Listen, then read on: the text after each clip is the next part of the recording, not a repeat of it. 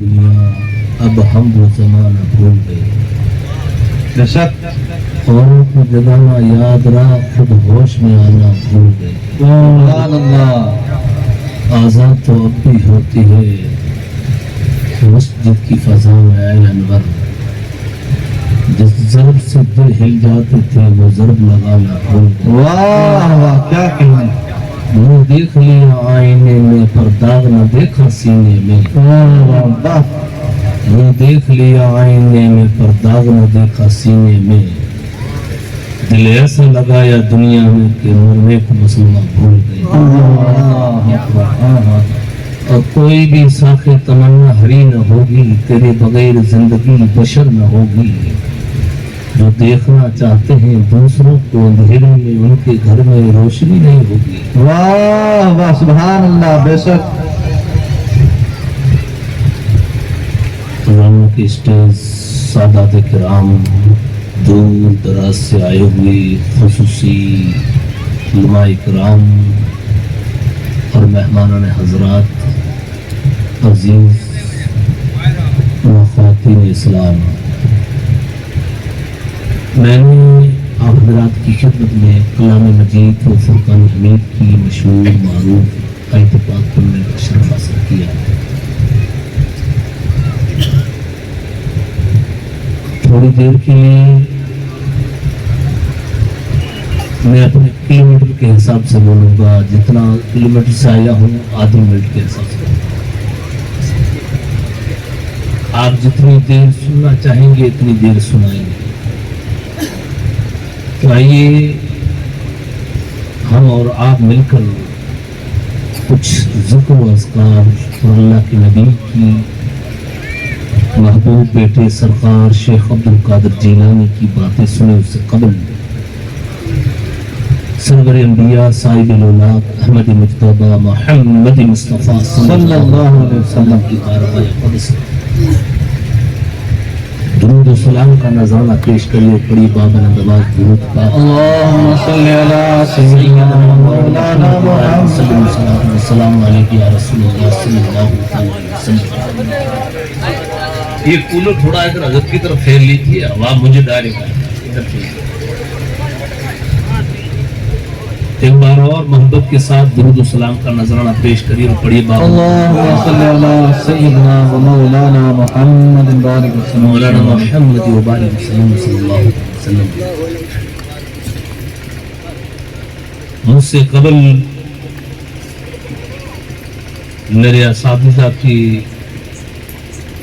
عمر ساتھی مولانا علیف صاحب آپ کو حدیث اور قرآن کی روشنی میں سرور انبیاء صلی اللہ علیہ وسلم کی پیاری پیاری باتیں اور اللہ کے محبوب بیٹے غوث اعظم کی کرامتیں سنا رہے تھے۔ اور بھی مجھ سے قبل بڑے بڑے خطیب بڑی جوشیلے انداز میں آپ کو خطاب سنا رہے تھے۔ تو ہم اور مولانا علیف صاحب تو ایک مہمان ہیں، مہمان کو معلوم نہیں ہوتا کہ یہاں کی پبلک کے اندر کیا تکلیف ہے۔ جی بے شک۔ جہاں جو ڈاکٹر جہاں رہتا ہے جس علاقے کا، اسی کو معلوم ہوتا ہے کہ یہاں کون سی بیماری لگی ہوئی ہے۔ جی تو علیف صاحب سے بھی قبل جو حضرت بتا رہے تھے اس اعتبار سے مجھے حضرت قبلہ پیر صاحب سید عبدالستار صاحب نے مدعو کیا ہے۔ ان کی بڑی کرم نوازی ہے، میں نہ تو اتنا قابل عالم ہوں اور نہ عملدار عالم ہوں، بلکہ سرکار محمود الاولیاء کی بارگاہ سے پلا ہوا چھوٹا سا طالب علم ہوں۔ ان بزرگوں کی نوازشیں اور کرم نوازیاں رہی ہیں، اور اسٹیج پہ بیٹھے ہوئے تمام علماء کی محبتوں کے سارے میں کچھ تکلیف کی وجہ سے کرسی پہ بیٹھا ہوا ہوں، ورنہ سیدوں کے سامنے اور استادوں کے سامنے کرسی پہ بیٹھنا بے ادبی ہے۔ اور ہم جہاں پڑھ کے آئے وہاں سب سے پہلے علم پڑھانے سے پہلے بھی ادب سکھایا جاتا ہے۔ ادب اس لیے ہے کہ آقا نے سب سے پہلے اخلاق کا حکم عطا کیا۔ واہ واہ سبحان اللہ، بہت اس لیے اخلاق بہتر ہے تو آپ کا علم سمجھا جائے گا، اور اخلاق بہتر نہیں ہے تو آپ کے علم کو نہیں دیکھا جائے گا، آپ کے پہلے اخلاق کو دیکھا جائے۔ آئیے اس نبی کی بارگاہ میں خراج عقیدت پیش کرتے ہوئے اب آگے سے لے کر پیچھے تک اور پیچھے سے لے کے آگے تک ہم ایک بار اور محبت کے ساتھ درود پڑھیں اور پھر آگے بڑھیں۔ بڑی اللہم صلی اللہ سیدنا مولانا محمد وبارک وسلم صلاۃ و سلام علیک یا رسول اللہ صلی اللہ علیہ وسلم۔ پیر صاحب کے پاس بہت سارے علماء بیٹھے ہیں، آپ فکر نہ کریں، کچھ نہیں ہونے دیں گے انشاءاللہ، آپ نیچے بیٹھ جائیے، آپ فکر نہ کیجئے انشاءاللہ تعالی، پہلے ہماری جانیں ان کے نام پہ قربان ہے، بعد میں کچھ ہوگا دیکھیں، آپ نیچے بیٹھ جائیے۔ ہاں وہ آپ کو پتہ ہے یہ اس طریقے سے کھڑا کہاں رہا جاتا ہے؟ درود شریف پڑھے، اللہم صلی اللہ محمد وبارک وسلم صلاۃ و سلام علیک یا رسول اللہ صلی اللہ علیہ وسلم۔ بڑے خوش نصیب لوگ ہیں، بڑے قسمت والے ہیں۔ مجھ سے قبل جن بزرگوں کا ذکر ہوا کہ انہوں نے علم دین سکھایا، میں تقریر یہی سوچ رہا تھا کہاں سے کروں، لیکن میرے استاذ محترم نے یہ میرے لیے آسان کر دیا کہ غوث اعظم نے دین جو بزرگ تھا، کمزور ہو گیا تھا، اسے اٹھایا اور جوان کر دیا۔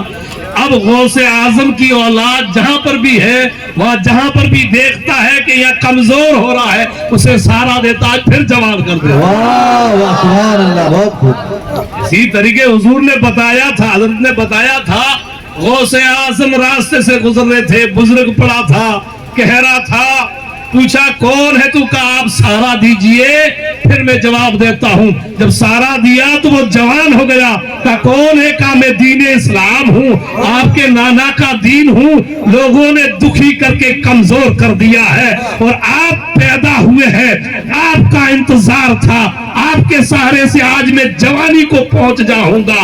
جیسے ہی سہارا دیا وہ جوان ہو جاتا ہے۔ اسی طریقے سے غوث اعظم کی اولاد اس دنیا میں جہاں کہیں بھی ہے، نقشبندی ہے، قادری ہے، چشتی ہے، شہروردی ہے، آخر کار غوث اعظم سے رشتہ جڑتا جا رہا ہے۔ جہاں کہیں بھی دیکھتی ہے کہ اس علاقے میں یہ سوکھتا ہوا علاقہ نظر آتا ہے، یا مصیبتیں نظر آتی ہے، یا پریشانیاں نظر آتی ہے، یا آفت میں نااتفاقیاں نظر آتی ہے، یا بغض و حسد عام ہوتا نظر آتا ہے، وہاں آ کر وہ سید زادہ بیٹھتا ہے اور بیچ میں لوگوں کو کبھی نگاہوں سے، کبھی زبان سے، کبھی سمجھا کے اور پیغام دیتا ہے۔ اے مرد مجاہد، تو انسان دنیا میں پیدا کیا گیا حسد پیدا کرنے کے لیے نہیں، دشمنی پیدا کرنے کے لیے نہیں، نااتفاقی پیدا کرنے کے لیے نہیں، بلکہ اللہ نے تو تجھے کہا تھا کہ زمین بنائی تیرے لیے، آسمان بنایا تیرے لیے، سورج بنایا تیرے لیے، چاند کی چمک تیرے لیے، پھولوں کی مہک تیرے لیے، دریا کی روانگی تیرے لیے، موسم کی بہاریں تیرے لیے، پھولوں کی خوشبو تیرے لیے، زمین کے ذرات تیرے لیے، زمین کے میوات تیرے لیے۔ لیکن اے انسان، تجھے بد اخلاقی کے لیے پیدا نہیں کیا، تجھے دشمنی کے لیے پیدا نہیں کیا، تجھے تفرق ڈالنے کے لیے پیدا نہیں کیا، تجھ سے محبت کرنے کے لیے پیدا کیا گیا ہے، تجھے پیار کرنے کے لیے پیدا کیا گیا ہے، اور سب سے پہلے تجھے ساری دنیا تیرے لیے پیدا کی گئی اور تجھے میرے لیے پیدا کیا گیا۔ وما خلقت الجن والانس الا لیعبدون، تو میری بندگی کے لیے پیدا کیا گیا۔ واہ واہ سبحان اللہ، نعرہ تکبیر۔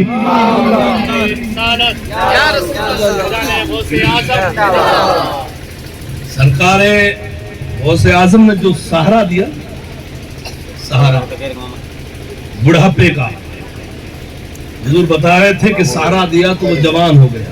جی جی واہ واہ سبحان اللہ، جوان ہوا تو ایسا ہوا کہ پھر اب اس کو بڑھاپے کہیں نظر آتا ہی نہیں۔ واہ واہ واہ، وہ نظر اس لیے نہیں آتا کہ غوث اعظم نے کہا تھا کہ میرا قدم تمام ولیوں کی گردنوں پہ ہے، جی تو غوث اعظم کا قدم سارے ولیوں نے مانا ہماری گردنوں پہ، اور بعد عقیدت مند اتنے پہنچے ہوئے تھے، کہا ہماری آنکھوں پہ بھی آپ کا قدم۔ واہ واہ سبحان اللہ، تو سارا کس نے دیا؟ غوث اعظم نے۔ اور جی۔ قدم تمام ولیوں کی گردن پہ کس کا؟ غوث اعظم کا۔ تو جس کو غوث اعظم نے سہارا دیا اور پھر قدم رکھا تمام ولیوں کی گردن پہ، تو پھر جتنے بھی ولی غوث اعظم کی قدم کے نیچے ہیں وہ سارے کے سارا دین کو سہارا دیتے آئیں گے، اس کو جوان کرتے آئیں گے۔ اب پھر وہ جدھر نگاہ اٹھا کے دیکھے، پھر کچھ ہو کاٹھیا واڑ، گجرات ہو چاہے راجستھان، جہاں پر بھی دیکھے کہ غوث اعظم کا بیٹا ہے، کہیں دیکھے نظر اٹھا کے دیکھے غوث اعظم کا بیٹا ہے۔ اس لیے ان اللہ والوں سے نسبت رکھے، ان سیدوں سے اپنے کو قریب رکھے، اور اپنے کیا کرنا ہے، یہ یوں ہے کہ نہیں ہے کہ یہ تیرے میرا کام نہیں ہے، میری اڑان تو کوے جتنی، اور میں باز کی بات کرتا ہوں، میری اڑان تو میں زمین پہ چڑھنے والا، اور میں کہتا ہوں مجھے تو سائیکل چلانا نہیں آتی، اور میں فلائٹ کی صلاح مانگتا ہوں کیسے چلائی جاتی ہے۔ یہ کام ہمارا نہیں ہے، کون کتنا اونچا ہے کون کتنا نیچا ہے، یہ مقام ہمارا نہیں ہے، یہ مرتبے سب سے زیادہ اللہ کے نزدیک بہتر وہ جو زیادہ پرہیزگار ہے، سب سے بہتر وہ زیادہ پرہیزگار اور متقی ہے۔ یوں تو میرے آقا کی بیٹیاں 4 تھی، لیکن سب سے قریب مصطفیٰ کو ماں خاتون جنت، اس لیے کہ وہ اللہ کے نزدیک زیادہ پیاری تھی، پرہیزگار زیادہ تھی۔ اس لیے یہ کام ہمارا نہیں ہے، ہمارا کام تو یہ ہے کہ شربت کا ایک ٹینکر بھرا ہوا ہے اور اس کے کئی نل لگے ہوئے ہیں، ہمیں ہر نل سے پانی پیتا ہے، اپنی پیاس بجھانی ہے کہ مجھے شربت کہاں سے میرا پیٹ بھرا جائے گا۔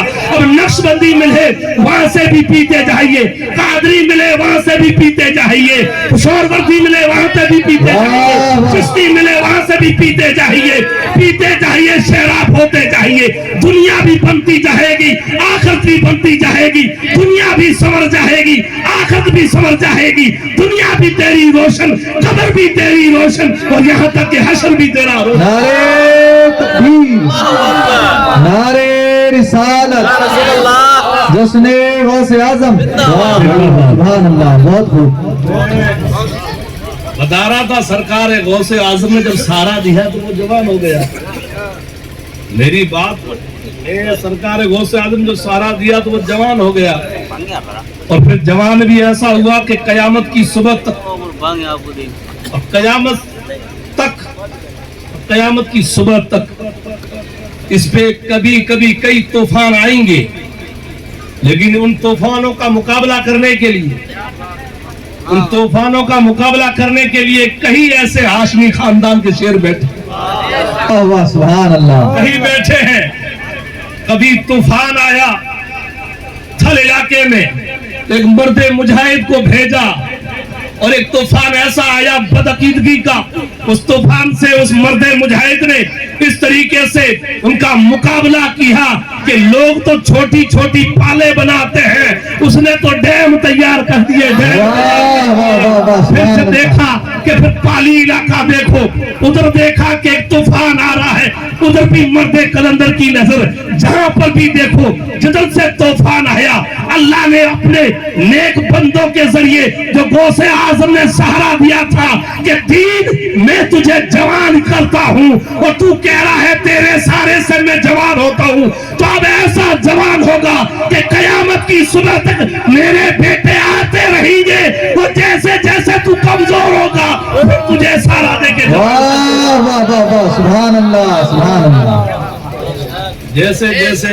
تو کمزور ہوتا جائے گا میرے بیٹے آتے رہیں گے تجھے سہارا دے گا، پھر واپس تو جوان ہوتا رہے گا۔ تو میں کہہ رہا تھا کہ یہ تول مول یہ ہمارا کام نہیں ہے، یہ تول مول ہمارا کام نہیں ہے، میری جتنی اڑان ہے جتنی بات کروں۔ اور کبھی کبھی ہے جب انسان کتنا اوقات سے باہر نکل جاتا ہے تو پھر دنیا سے بھی ہاتھ دھو بیٹھتا ہے اور دین سے بھی ہاتھ دھو بیٹھتا ہے۔ اس لیے میں نے کہا تھا نا یہ تو بزرگوں کا کرم ہے، جیسے میرے جیسے ڈاکوؤں کو بھی قابل بنا دیا تو پھر دوسروں کی بات، یہ بزرگوں کا کرم ہے، ان سیدوں کی نظر کرم ہے، تب انسان مکمل انسان بنتا ہے۔ اس لیے ہمیں سب سے پہلے کیا بننا ہے؟ انسان بننا ہے، انسان بن رہا ہے۔ اور انسان بنو گے کیسے؟